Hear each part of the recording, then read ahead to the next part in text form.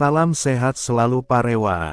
Semoga Parewa semua sedang tidak fakir kuota untuk menikmati audiobook dari kami. Sebelum kita lanjut, silakan subscribe channel ini dan nyalakan loncengnya untuk mendapatkan notifikasi ketika video terbaru telah diupload. Tidak menunggu berlama-lama lagi, langsung saja kita simak audiobook ini. Mahakarya dari penulis kebanggaan tanah air, Asmaraman S. Ho Ping Ho.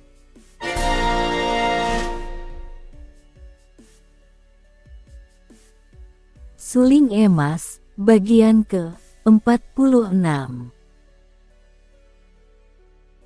Inikah orang muda sombong bernama Tan Hui yang telah membunuh dan menghina anak buah Kong Sim Kai Pang? Sambil berkata demikian, ia menggoyang-goyangkan tongkatnya berbentuk ular itu di depan dada dengan gerakan penuh aksi. Akan tetapi pengemis kedua yang mempunyai kepala besar sekali, sikapnya biar sombong namun lebih sungguh-sungguh dan berwibawa. Ia berkata dengan suara membayangkan ketinggian hati. Hui Kiam Eng Tan Hui, setahun yang lalu kau menggunakan kelemahan bekas pangcuk ketua kami, mengandalkan kepandaian untuk membunuh dan menghina anak buah kami. Sekarang, kami telah mempunyai pangcu baru yang tidak mau membiarkan Kong Sim Kai Pang dihina orang. Oleh karena itu, kalau kau menghendaki anakmu selamat, pangcu kami minta kau datang menghadap kepada beliau di Kang Hu.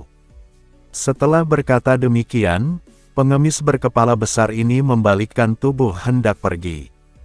Hehe, mungkin dengan minta-minta ampun dan mengajak dia ini menghadap pangcu, kau akan diampuni, kata si pengemis bertongkat ular yang lalu membalikkan tubuh pula. Kemudian dengan langkah dibuat-buat ia meninggalkan tempat itu, setelah melirik-lirik ke arah Lucian. Tan Hui terkejut sekali dan termenung. Kiranya Eugene Tianglo sudah tidak menjadi ketua Kong Sim Kai Pang, sudah diganti. Pantas timbul urusan ini, pikirnya. Akan tetapi, kemanakah perginya Eugene Tianglo? Dan siapa penggantinya? Ia harus lekas-lekas datang ke Kang Hu dan semua pertanyaan itu tentu akan terjawab. Terhadap sikap dua orang pengemis tua itu, Tan Hui sama sekali tidak ambil peduli. Boleh jadi Tan Hui menganggap mereka itu tidak perlu dilayani. Akan tetapi tidak demikian dengan Lucian. Dia masih dapat menahan kesabarannya melihat dua orang itu memandang rendah Tan Hui. Akan tetapi ketika pengemis kurus bertongkat ular itu membawa-bawa dia yang jelas sekali mengandung maksud kotor dan kurang ajar, mana mungkin Lucian berlaku sabar lagi. Nanti dulu, Lokai pengemis tua, yang baik, aku mau bicara denganmu. Dengan langkah cepat Lucian mengejar. Tan Hui mengerutkan keningnya. Sahabat barunya ini benar-benar seorang wanita yang tidak tahu bahaya, pikirnya. Melihat ikat pinggang putih lebar yang dipakai kedua orang pengemis itu, terbukti bahwa mereka adalah pimpinan Kong Sim Kai Pang dan sudah terkenal bahwa para pimpinan Kong Sim Kai Pang adalah orang-orang yang memiliki ilmu silat tinggi. Sekelebatan saja ia tadi dapat menerka, bahwa si kepala besar adalah seorang ahli Elwi Kang yang amat kuat, sedangkan si kurus itu agaknya seorang ahli bermin ilmu tongkat. Ia dapat menduga bahwa Lucian tentu hendak mencari perkara, maka diam-diam ia merasa khawatir, akan tetapi juga ingin sekali ia tahu sampai di mana kelihayan dua orang pengemis itu, dan terutama wanita yang menarik hatinya ini. Tadi ia hanya menaksir kelihayan Lucian melihat cara ia menyambit dengan sumpit, akan tetapi sesungguhnya hal itu belum dapat dijadikan ukuran. Karena keinginan tahu inilah maka ia tidak menghalangi Lucian, melainkan mendekat agar dalam waktu keadaan berbahaya, ia dapat memberikan pertolongan dengan cepat. Kedua orang pengemis itu berhenti, si kepala besar tidak bergerak, hanya membalikkan tubuhnya, akan tetapi si kurus sudah melangkah lebar menghadapi Lucian sambil memutar-mutar tongkat ularnya dan menyeringai. Nona mau bicara apakah? Ia melangkah maju sampai dekat sekali sehingga terpaksa Lucian mundur 2 langkah. Harum, sedap. Si pengemis mengembang-kempiskan hidungnya, karena memang tercium keharuman luar biasa ketika ia mendekati Lucian. Diam-diam Tan Hui mendongkol sekali terhadap pengemis itu. Memang ia sendiri diam-diam sudah menjadi heran ketika ia mencium keharuman dari tubuh Lucian, akan tetapi mendengar seruan kurang ajar itu ia merasa panas dadanya. Benar-benar tidak patut sikap seorang pimpinan Kong Sim Kai Pang seceriwis itu. Lucian sengaja melempar senyum manis, matanya bergerak-gerak dengan kerling tajam, kemudian ia berkata, "Orang tua yang baik, kau tadi bilang kepada Tan Eng Hiong supaya mengajak aku menghadap pangcumu agar mendapat pengampunan. Apa artinya itu?" Si pengemis tertawa, hahaha. Nona seorang yang cantik luar biasa seperti bidadari, harum seperti mawar hutan. Pangcu baru kami masih muda, tentu girang hatinya bertemu dengan orang seperti Nona, dan mungkin kemarahannya terhadap orang si Tan akan mencair. Di dalam hati Lucian mendongkol. Siapa sudi mendapat pujian dari seorang kakek jembel buruk seperti ini? Akan tetapi wajahnya yang jelita itu tersenyum manis. Pengemis tua, kau seorang pimpinan Kong Sim Kai Pang tentu lihai dan terkenal sekali. Bolehkah aku mendengar namamu yang mulia dan terkenal? Si kurus kegirangan, terkekeh sampai keluar air matanya. Wow, namaku sih tidak terlalu besar akan tetapi di dunia Kang Ol tentu cukup dikenal. Cukup menggemparkan, julukanku adalah Sin Choa Koa Itung, atau bisa juga disebut si tongkat aneh ular sakti. Kakek jembel itu mengharapkan Lucian menjadi kagum, akan tetapi ia sejenak tercengang ketika melihat gadis itu bertepuk tangan memuji. Hanya sejenak ia bingung melihat cara menyatakan kagum seperti ini, akan tetapi hatinya lalu membengkak besar saking bangganya. Hebat, kakek jembel, hebat namamu. Pantas kau goyang-goyang selalu tongkatmu seperti ular itu. Kiranya julukanmu ular sakti. Wow, hebat. Seperti halilintar di tengah hari panas. Kembali pengemis itu melengak. Seperti halilintar di tengah hari. Wah, baru sekali ini aku mendengar pujian begitu. Kau tahu, bukan, halilintar yang menyambar-nyambar mengeluarkan suara keras, takkan mendatangkan hujan. Namamu seperti gentong kosong berbunyi nyaring. Seperti perut kosong kebanyakan angin, maka angin busuk pula yang dikeluarkan. Tan Hui tak dapat menahan senyumnya. Wow, Lucian ini terlalu berani, terlalu bebas dan liar, akan tetapi juga terlalu menarik hati. Sebaliknya, Sin Choa Koa Itung marah bukan main. Tahu-tahulah ia sekarang bahwa ia telah dipermainkan oleh wanita cantik ini. Bocah kemarin sore berani kau memandang rendah tongkatku dan nama besarku. Ah, sama sekali tidak. Sin Choa Koa Itung, hanya mengingat nama julukanmu istimewa, tentu kau pun mempunyai keistimewaan pula. Memang, aku mempunyai 2 keistimewaan. Pertama, sekali tongkatku ini bergerak, jiwa seorang manusia melayang. Dan sekali aku melihat wanita sejelita seperti kau ini, sekaligus hatiku lemas. Ternyata kakek ini tidak hanya lihai julukannya, juga lihai pula mulutnya sehingga serentak ia mampu membalas. Namun ia menghadapi Liu Lucian, gadis yang lincah jenaka, liar ganas dan pandai bicara. Sayang sekali, tua bangka jembel, mulai hari ini julukanmu akan terganti dengan tongkat buntung ular buduk. Kata-kata ini ditutup dengan gerakan tangan dan, pedang Toa Hong Kiam sudah berada di tangan kanan sedangkan tangan kirinya di saat itu juga sudah mengipatkan 7 batang siang Tok Ciam yang hanya tampak sebagai kilatan sinar merah menuju semuanya ke arah muka si pengemis kurus. A3. Pengemis itu kaget bukan main. Akan tetapi ia lihai, karena dalam kegugupannya, tongkatnya sudah diputar cepat melindungi mukanya, sehingga jarum merah itu kena dipukul runtuh. Monyet tua, Makan pedangku. Lucian sudah menerjang lagi dengan pedangnya.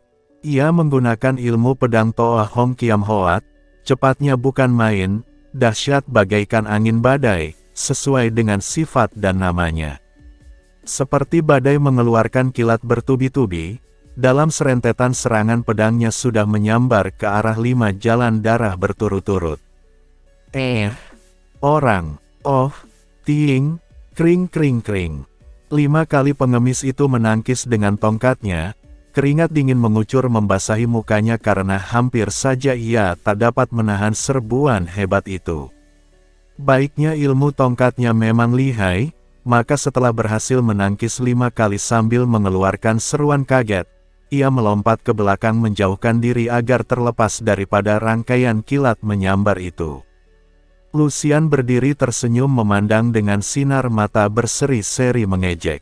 Ular buduk, apakah kau tidak lekas berlutut minta ampun? Kalau tadinya pengemis kurus tua itu tertarik oleh kecantikan Lucian, yang berhasil membangkitkan darah tuanya yang sudah hampir mendingin, kini kakek itu menjadi demikian marahnya sehingga serasa dadanya hampir meledak dan ia mengeluarkan kata-kata. Setelah menelan ludah beberapa kali, barulah ia berteriak-teriak. Bocah setan, agaknya kau sudah bosan hidup. Berkata demikian ia lalu memutar tongkatnya dan menerjang maju. Tongkatnya menusuk dengan gerakan aneh dan karena ujung tongkat yang bergerak-gerak tak menentu itu sukar diduga kemana hendak menyerang. Sejak tadi Tan Hui melongo kagum menyaksikan kehebatan ilmu pedang dan ilmu melepas jarum wanita itu. Kini ia makin kagum lagi setelah menyaksikan betapa Lucian menghadapi tongkat yang digerakkan sedemikian lihainya dengan cara sembarangan dan main-main saja. Pedang di tangan Lucian membentuk garis-garis segi 8 seperti patkoa. Akan tetapi anehnya, kemanapun ujung tongkat pengemis itu meluncur, ia pasti bertemu dengan garis pedang sehingga tongkatnya terpental kembali. Hebat wanita ini. Diam-diam Tan Hui berpikir. Ia mencoba untuk memperhatikan dan mengenal ilmu pedang itu, namun sia-sia. Sifatnya seperti Pat Koa Kun, akan tetapi ada kalanya mirip ilmu pedang Pat Sian Kiam Hoat yang tersohor, namun ini hanya mirip belaka karena sifatnya benar amat berlainan. Ilmu pedang ini aneh, dan menyembunyikan sifat yang amat ganas. Dalam waktu singkat saja Sin Choa Koa Itung merasai keganasan ini, karena tiba-tiba garis-garis itu berubah menjadi lingkaran berputar-putar. Dan tiba-tiba dari kedudukan mempertahankan, pedang itu berubah menjadi pihak penyerang, karena setiap tangkisan dilanjutkan dengan tusukan yang kesemuanya mengarah bagian berbahaya. Mulailah pengemis itu terdesak dan celakanya, tangan kiri Lucian terus-menerus bergerak. Sekali bergerak menyambarlah sebatang jarum merah yang berbau wangi. Sambaran jarum dibarengi tusukan pedang. Serangan ilmu pedang Pat Mo Kiam Hoat, ciptaan Pat Jiu Sin Ong saja sudah hebat. Apalagi kini ditambah dengan serangan Siang Tok Ciam, tentu saja ia menjadi repot sekali. Menarilah, ular buduk, menarilah. Lucian berkata mengejek dan menyerang makin gencar dengan jarum dan pedangnya. Sengaja ia menutup jalan bawah dengan serangan jarum bertubi-tubi sedangkan pedangnya merangsang ke arah muka, sehingga keadaan pengemis itu seperti seekor kera dikeroyok tawon. Ia meloncat-loncat menghindarkan kakinya dari sambaran jarum, sedangkan sedapat mungkin ia melindungi mukanya dari ancaman pedang dengan pemutaran tongkatnya yang sudah tidak karuan lagi gerakannya. Tiba-tiba Lucian membentak, disusul teriakan kesakitan. Cepat sekali hal ini terjadi, tahu-tahu pengemis itu roboh dengan paha tertusuk jarum dan telinganya menggelinding ke dekat kaki Lucian dan sekali bacok, tongkat itu pun buntung. Nah, bukankah kau sekarang menjadi tongkat buntung ular buduk? Lucian mengejek. Kebetulan saat itu Lucian berdiri membelakangi pengemis kepala besar, dan agaknya ia tidak tahu betapa dengan penuh kemarahan kakek pengemis itu sudah melompat maju dan mengirim pukulan dengan tangan kosong yang menimbulkan angin bersiutan. Jangan curang, Tiba-tiba Tan Hui berseru. Tempat ia berdiri cukup jauh, akan tetapi sekali kakinya menjejak tanah, tubuhnya berkelebat cepat luar biasa dan di lain saat ia telah menangkis pukulan jarak jauh yang dilakukan pengemis kepala besar. Duk, dua buah lengan yang kuat bertemu dan terus menempel. Alangkah kaget hati Tan Hui ketika mendapat kenyataan betapa lengannya seakan-akan lekat dan tak dapat ditarik kembali. Ia maklum bahwa pengemis itu mempergunakan elwikang yang amat tinggi, maka terpaksa ia pun lalu mengerahkan elwikangnya untuk melawan. Mereka bertanding tanpa bergerak, hanya kedua lengan saling tempel, saling mendorong dengan pengerahan tenaga elwikang. Pertandingan macam ini selalu lebih berbahaya daripada pertandingan ilmu silat yang setiap serangan masih dapat dilakukan. Akan tetapi adu tenaga macam ini, yang kalah tentu akan menderita luka dalam yang amat berbahaya. Ketika merasa betapa tenaga pengemis itu benar-benar amat kuat, makin lama dorongan dan tekanannya makin berat, diam-diam Tan Hui mengeluh. Kalau mengandalkan ilmu silat, kiranya takkan sukar mengalahkan lawan ini, akan tetapi sekarang sudah terlanjur mengadu tenaga, sukar baginya untuk mundur lagi. Maju payah, mundur berbahaya. Terpaksa ia nekat dan mengerahkan terus tenaga dalamnya. Koko, mengapa begini sabar melayani dia? Tiba-tiba Lucian berkata halus di belakang Tan Hui sambil menepuk pundak pendekar itu. Tan Hui kaget. Tepukan itu biarpun perlahan namun dapat mengganggu pengerahan tenaga elwikangnya, karena tepukan itu agaknya mengarah punggung dekat pundak. Namun untuk menghindarkan diri tak mungkin. Celaka, pikirnya, apakah Lucian ini hendak mencelakai aku? Tapi suaranya begitu merdu, panggilannya, Koko, begitu mesra. Plak, benar-benar Lucian menepuk punggungnya, tempat di mana hawa Sin Kang lewat dan menjurus ke lengannya yang menempel dengan lengan lawan.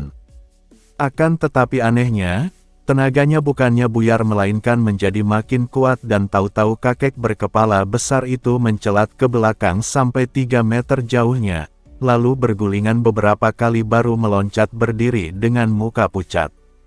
Kalian yang curang, kakek itu memaki dan begitu kedua tangannya bergerak, ia sudah menyambar sebuah batu besar di sampingnya dan melontarkannya ke arah Tan Hui dan Lucian. Batu itu besar sekali, beratnya tentu tidak kurang dari 500 kati, akan tetapi tidak begitu mudah dilontarkan seperti orang melontarkan sekepal batu saja. Hebat serangan ini, karena jarak di antara mereka hanya 4 meter sedangkan batu itu menyambar amat cepat. Lucian berseru keras dan tubuhnya lalu ia banting ke belakang, terus ia bergulingan menjauhi tempat itu.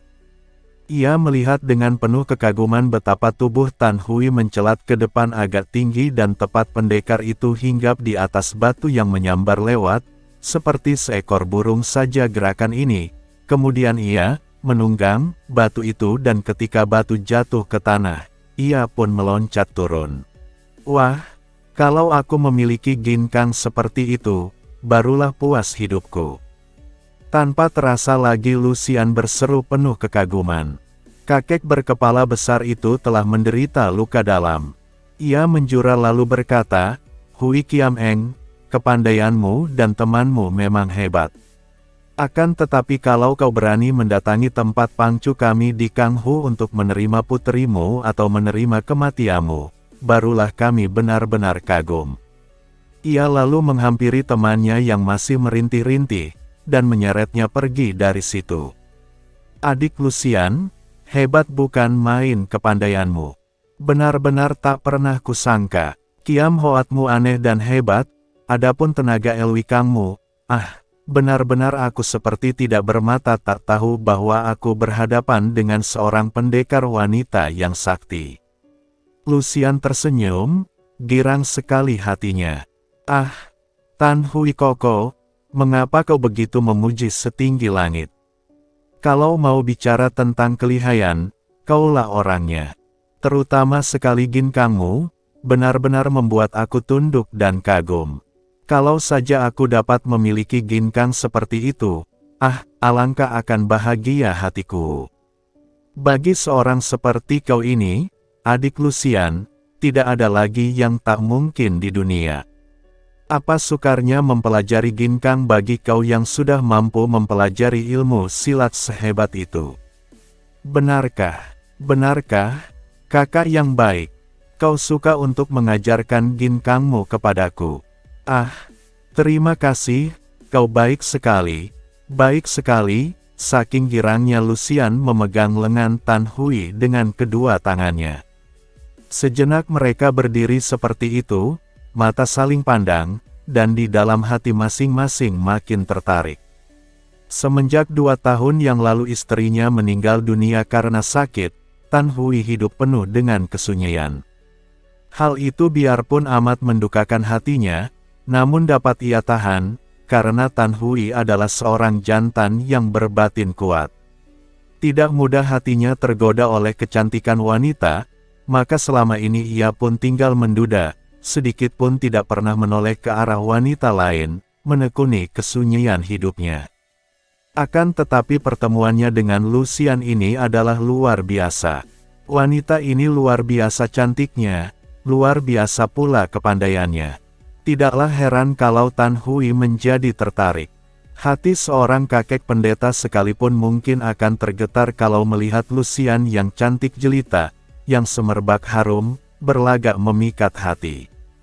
Bagi Tan Hui, Lucian merupakan wanita yang amat menarik, apalagi kalau diingat bahwa mendiang istrinya adalah seorang wanita lemah, berbeda sekali dengan Lucian ini yang dalam hal kepandaian, tidak berada di sebelah bawah tingkatnya sendiri.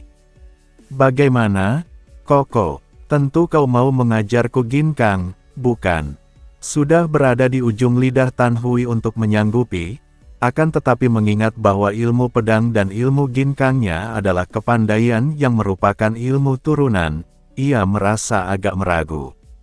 Aku tidak keberatan, tapi ilmu itu belum pernah diturunkan kepada orang luar. Maksudku, itu adalah ilmu turunan.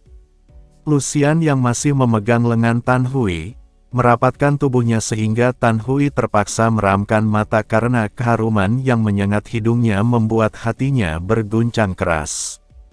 Apakah kau tidak mau menganggap aku orang dalam? Suaranya merdu lirih seperti berbisik.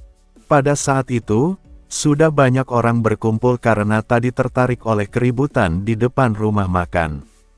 Melihat ini, Tan Hui segera berkata perlahan, "Moi, tak baik bicara di sini seperti ini. Di manakah kau tinggal? Mari kita bereskan perhitungan dengan rumah makan dulu. Aku tinggal di penginapan sebelah rumah makan. Biarkan aku yang membayar, Tan Koko." Akan tetapi sebelum mereka memasuki rumah makan, serombongan orang kelihatan berlari mendatangi. Pakaian mereka adalah pakaian ahli silat, seperti yang biasa dipakai oleh orang-orang yang pekerjaannya pengawal atau tukang pukul.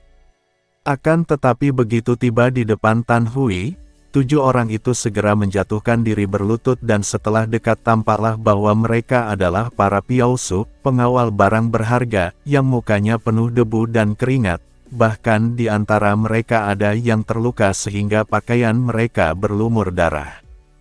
Tan Tai Hiap, pendekar besar Tan, mohon suka memberi pertolongan kepada kami para piausu yang celaka. Seorang di antara mereka yang tertua dan pundaknya terluka bacokan, segera berkata dengan suara penuh permohonan. Kebetulan sekali kami yang bercelaka mendengar akan kehadiran Tai Hiap di sini, maka kami segera menghadap Tai Hiap untuk mohon pertolongan. Kalau Tai Hiap tidak suka menolong, berarti kami sekeluarga akan mati. Tan Hui mengerutkan keningnya. Tidak patut para piausu yang termasuk golongan orang gagah bersikap selemah ini. Kalian ini rombongan piausu dari manakah dan apa yang terjadi sehingga kalian merengek-rengek seperti anak kecil? Tanyanya berisikan teguran. Maaf, Tai Hiap, kalau sikap kami menjemukan Tai Hiap. Akan tetapi karena kami sudah putus harapan. Ketahuilah, Tan Hiap, Kami dari perusahaan pengantar barang Hong Ma Piao Kiok, perusahaan pengantar kuda angin. Kali ini kami ditugaskan mengantar 5 peti barang-barang berharga milik seorang pembesar yang pindah tempat, yang katanya berharga ribuan tali emas. Karena perjalanan menuju kota Suik yang biasanya aman, kami tidak merasa khawatir apa-apa. Ternyata, di luar dugaan, di lereng bukit itu, hanya 40 li dari sini, kami dihadang perampok, barang-barang kami dirampas semua, bahkan di antara kami ada yang tewas dan luka-luka. Gerombolan perampok itu agaknya masih baru di sana, dipimpin oleh kepalanya yang lihai. Tan Tai Hiap, harap Tuan Sudi menolong kami, karena kami tidak mampu merampas kembali 5 buah peti itu pasti perusahaan kami akan bangkrut, dan kami semua akan diseret ke penjara. Kalian tidak becus melawan perampok, mengapa berani menjadi piausu? Tiba-tiba Lucian membentak mereka. Memang piausu lawannya perampok, siapakala harus berani menanggung resikonya, mengapa kalian ribut merengek-rengek minta bantuan orang lain? Tak tahu malu, hayo pergi, jangan ganggu lagi, kami punya urusan yang lebih penting. 7 orang piausu itu kaget sekali. Mereka bingung karena tidak tahu siapa adanya wanita cantik jelita yang galak itu. Akan tetapi karena melihat wanita itu berada di situ bersama Tan Hui, mereka lalu membentur-benturkan jidat ke tanah sambil memohon-mohon dengan suara pilu. Sudah bertahun-tahun mendengar nama besar Tan Tai Hiap sebagai pendekar budiman yang selalu mengulurkan tangan menolong mereka yang menghadapi malapetaka. Kini kami mohon dengan segala kerendahan hati. Sudahlah jangan banyak ribut lagi. Biar kubereskan sebentar urusan kecil itu. Di mana adanya si perampok? Koko, kau hendak memenuhi permintaan mereka yang cerewet ini. Bukan urusan kita, hanya sebentar, Sian Moi.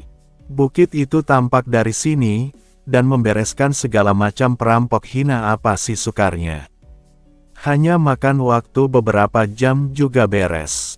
Aku tidak sudi mencampuri urusan piausu-piausu tengik ini. Lucian cemberut. Tan Hui tersenyum. Biarlah aku sendiri yang mengurus hal ini. Harap kau suka menanti. Tak lama aku kembali. Lucian tidak menjawab. Keningnya berkerut dan matanya memandang ke arah para piausu dengan marah. Kemudian ia membalikkan tubuh memasuki rumah makan. Setelah Tan Hui pergi dengan cepatnya diikuti para piausu yang seakan-akan hidup kembali karena mendapat harapan besar tertolong. Lucian lalu dengan sikap uring-uringan membayar harga makanan, menyuruh pelayan rumah makan mengambil alat tulis. Lalu ditulisnya beberapa huruf di atas kertas yang kemudian dilipatnya dan diserahkannya kepada pengurus rumah makan. Kalau Tan Hiap datang, kau berikan surat ini kepadanya. Awas, jangan sampai lupa, surat ini sama harganya dengan sepasang telingamu. Pengurus itu yang tadi melihat betapa wanita kosen ini membikin buntung telinga seorang pengemis lihai, menjadi ngeri dan hanya dapat memandang dengan lidah keluar ketika Lucian dengan langkah gesit keluar dari situ. Mengapa terjadi keanehan pada perkumpulan Kong Sim Kai Pang? Dahulu perkumpulan ini terkenal sebagai perkumpulan pengemis, yang mengutamakan kegagahan dan kebaikan, di bawah pimpinan Eugene Tianglo yang terkenal bijaksana dan keras terhadap anak buahnya, sehingga jarang terjadi anak buah perkumpulan ini berani melakukan penyelewengan. Akan tetapi, memang terjadi perubahan hebat sejak 3 bulan yang lalu. Seorang laki-laki berusia 30 tahun lebih bernama Po Qilui, berasal dari pantai lautan Po Hai, datang membuat gara-gara. Po Qilui ini bukan orang sembarangan, ia murid seorang sakti yang bertapa di dalam gua-gua sepanjang pantai Po Hai. Semenjak kecil Po Qilui digembleng oleh pertapa ini dan memperoleh ilmu silat yang tinggi sekali. Akan tetapi beberapa tahun yang lalu, ia tidak dapat menahan gelora nafsunya yang memang selalu mengalahkan batinnya sehingga ia menculik dan memperkosa seorang wanita nelayan, membunuh suami wanita itu dan beberapa orang keluarganya, yang hendak membela wanita itu. Gurunya marah sekali, akan tetapi dalam cengkeraman nafsu iblis, Po Qilui turun tangan pula terhadap gurunya yang sudah amat tua dan lemah sehingga ia berhasil membunuh gurunya sendiri, kemudian membunuh pula wanita itu. Peninggalan gurunya berupa kitab-kitab pelajaran ilmu kesaktian ia ambil semua dan pergilah Po Qilui, meninggal klan Pantai Po Hai dengan kedua tangan berlepotan darah pembunuhan kejam. Selama bertahun-tahun ia memperdalam ilmunya, mempelajari kitab-kitab dari suhunya, maka kepandaiannya makin meningkat tinggi. Dalam perantauannya, Po Qilui yang sudah menjadi hamba nafsu itu mengumbar nafsu angkara murka, mengandalkan kepandaiannya untuk melakukan apa saja demi memuaskan dirinya. Merampok, membunuh, merampas wanita, dan mengganggu orang-orang Kang O untuk mengangkat diri dan namanya sehingga dalam beberapa tahun saja terkenallah nama Po Qilui, sebagai seorang tokoh muda yang ganas dan kejam sepak terjangnya. Pada suatu hari, yaitu 3 bulan yang lalu, sampailah Po Qilui di Kanghu dan ia mendengar tentang perkumpulan Kong Sim Kai Pang yang terkenal dan kuat. Dengan tertarik ia mendatangi markas perkumpulan itu dan tercenganglah ia menyaksikan betapa kuil tua yang dijadikan pusat perkumpulan. Ternyata di sebelah dalamnya terdapat perabot-perabot rumah yang cukup lumayan dan lengkap. Tertarik pula melihat betapa kedudukan ketua perkumpulan ini amat dihormat, baik oleh anak buah Kong Sim Kai Pang yang mempunyai ratusan orang anggota, maupun oleh para penduduk sekitar tempat itu. Bahkan pembesar-pembesar negeri memandang perkumpulan ini dengan hormat. Maka timbullah niatnya yang bukan-bukan yaitu ingin merampas kedudukan ketua Kong Sim Kai Pang. Dengan tenang ia mendatangi kuil di luar kota Hanghu, dan dengan seenaknya pula ia menyatakan kepada Yu Jin Tianglo bahwa ia ingin menjadi ketua Kong Sim Kai Pang. Tentu saja belasan orang pimpinan itu menjadi marah, namun sekaligus mereka itu dirobohkan secara mudah oleh Po Qilui. Bahkan Yu Jin Tianglo sendiri yang tentu saja mempertahankan kedudukan, terutama nama besarnya, dalam pertandingan yang hebat terbunuh olehnya. Sifat-sifat baik seseorang sukar ditiru dan tidak mudah menular. Sebaliknya sifat-sifat buruk itu, tanpa diajarkan pun akan mudah ditiru. Dan merupakan semacam penyakit batin yang mudah menular. Setelah menyaksikan kesaktian petualang muda itu, para pimpinan Kong Sim Kai Pang mau tak mau terpaksa tunduk, dan kemudian, melihat sifat Po Qilui atau Kai Pangcuk ketua perkumpulan pengemis, yang baru ini jauh berlainan dengan sifat dan watak Yu Jin Tianglo, para anggota perkumpulan ini menjadi gembira sekali. Nafsu mereka yang selama berada di bawah pimpinan dan pengawasan Yu Jin Tianglo seakan-akan tertekan, kini mendapat jalan keluar dan mulailah terjadi pelanggaran-pelanggaran oleh anak buah Kong Sim Kai Pang. Bahkan dendam yang selama ini terpaksa disimpan saja di dalam hati terhadap Hui Kiam Eng Tan Hui karena Yu Jin Tianglo malah menyalahkan anak buahnya sendiri, kini meluap-luap dan ketika para pimpinan menceritakan kepada ketua baru itu, Po Qilui segera mengatur rencana, dan menyuruh para pimpinan yang berkepandaian cukup tinggi untuk menculik putri Tan Hui yang baru berusia 5 tahun dari rumah paman bocah itu. Hal ini dilakukan untuk langsung pergi mencari Hui Kiam Eng Tan Hui. Ketua baru ini merasa dirinya terlalu tinggi. Demikianlah peristiwa hebat yang terjadi pada perkumpulan Kong Sim Kai Pang dan yang tentu saja mengherankan hati Tan Hui dan juga Lucian yang sudah mendengar akan kebesaran perkumpulan itu dan ketuanya, Yu Jin Tianglo. Dapat dibayangkan betapa marahnya hati Po Qilui melihat anak buahnya mendapat penghinaan dari Tan Hui dan seorang wanita jelita bernama Lucian, malah 2 orang pembantunya yang ia anggap berkepandaian cukup yang ia utus menantang Hui Kiam Eng Tan Hui, juga menerima penghinaan pula. Ia anggap penghinaan melampaui batas dan ketika sore hari itu ia mengambil keputusan untuk mencari sendiri Tan Hui. Tiba-tiba muncullah Lucian yang menerobos masuk dengan pedang di tangan dan berseru, Di mana adanya Eugene Tianglo. Aku mewakili Hui Kiam Eng Tan Hui untuk mengambil kembali puterinya. Di dalam kuil itu para pimpinan Kong Sim Kai Pang berkumpul, malah dua orang pengemis yang telinganya buntung dan si kepala besar yang menderita luka dalam juga hadir di situ. Menyaksikan seorang wanita muda dengan pedang di tangan yang demikian cantik jelita, sejenak Po Qilui melongo terpesona dan keheranan. Ia dapat menduga tentu inilah teman Tan Hui, yang telah membuntungi telinga pembantunya. Ia terheran-heran bagaimana ada seorang wanita muda yang cantik jelita seperti ini mampu melakukan hal itu. Po Qilui pada hakikatnya bukanlah seorang laki-laki mata keranjang, namun kali ini ia benar-benar terpesona dan untuk sejenak ia tidak mampu mengeluarkan kata-kata. Namun ia tidak bodoh. Ia tahu bahwa seorang, apalagi kalau ia wanita, yang sudah berani dengan sikap begini tabah memasuki sarang lawan, tentulah memiliki kepandaian yang boleh diandalkan. Kepandaian dua orang pembantunya bukanlah rendah, dan kalau dua orang pembantunya itu setelah bertemu dengan wanita ini pulang dalam keadaan terluka cukup hebat, terkena jarum beracun harum, telinganya buntung dan isi dadanya terguncang dan terluka, jelas bahwa di dalam Kai Pang, kiranya hanya dia seorang yang akan sanggup menandingi wanita itu. Maka sebagai seorang yang berpengalaman luas, ia bersikap hati-hati, ingin tahu lebih dulu siapa gerangan wanita ini dan dari golongan mana. Akan tetapi, begitu dua orang pengemis yang kalah di depan rumah makan itu melihat munculnya Lucian, mereka sudah lantas memaki dan memandang dengan mata melotot. Ini cukup menjadi isyarat bagi para pimpinan pengemis yang jumlahnya ada 7 orang lagi. Serentak mereka itu bangkit dan mencabut senjata masing-masing.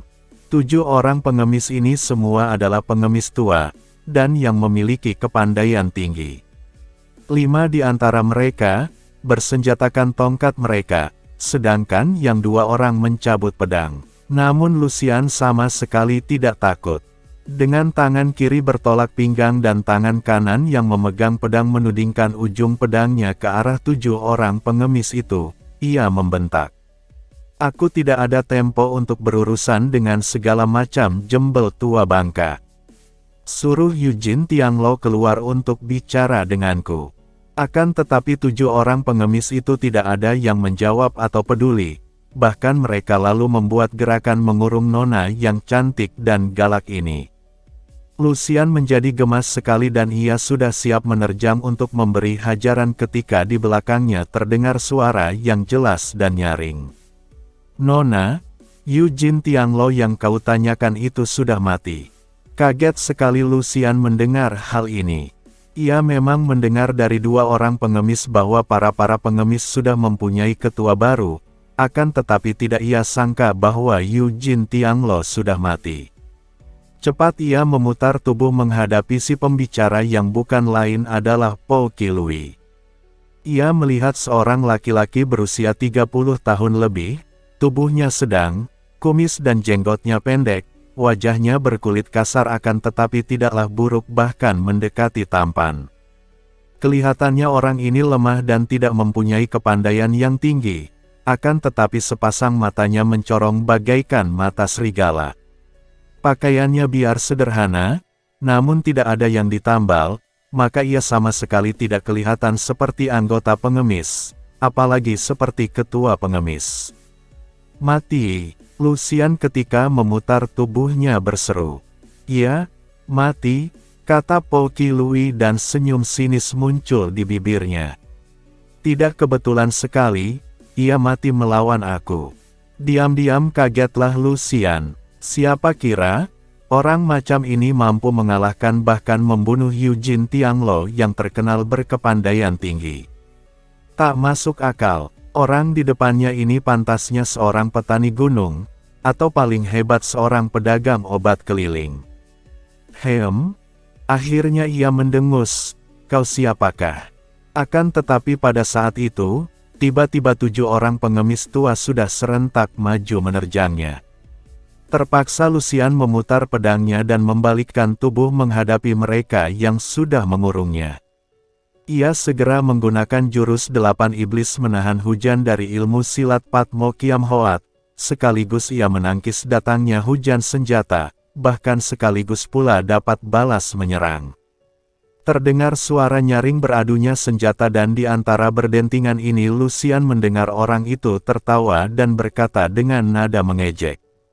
"Namaku Pou Qilui, Nona, dan akulah sekarang ketua Kong Sim Kai Pang." Lucian marah sekali karena ia kini dapat menduga bahwa ketua baru yang kelihatan lemah itu amat curang.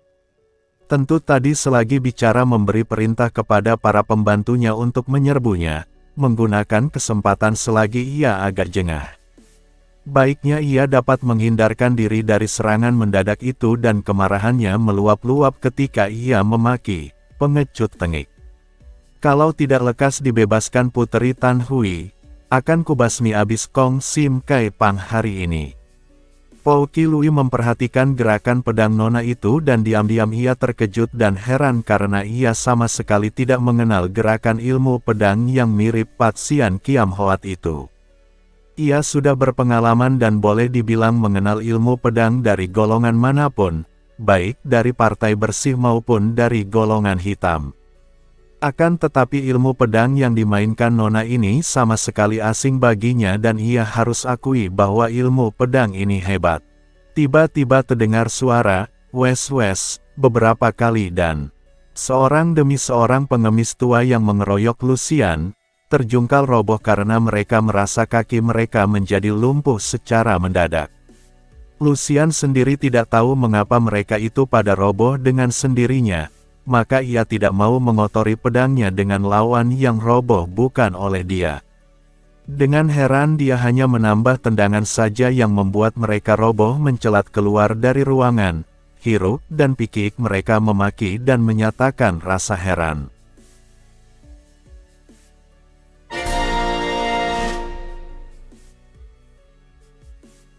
Suling Emas, bersambung ke bagian 47.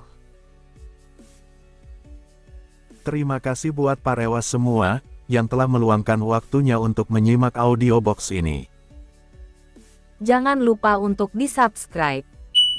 Selagi subscribe itu gratis. Wassalam. Dari aku, yang setia menunggu kehadiranmu kembali.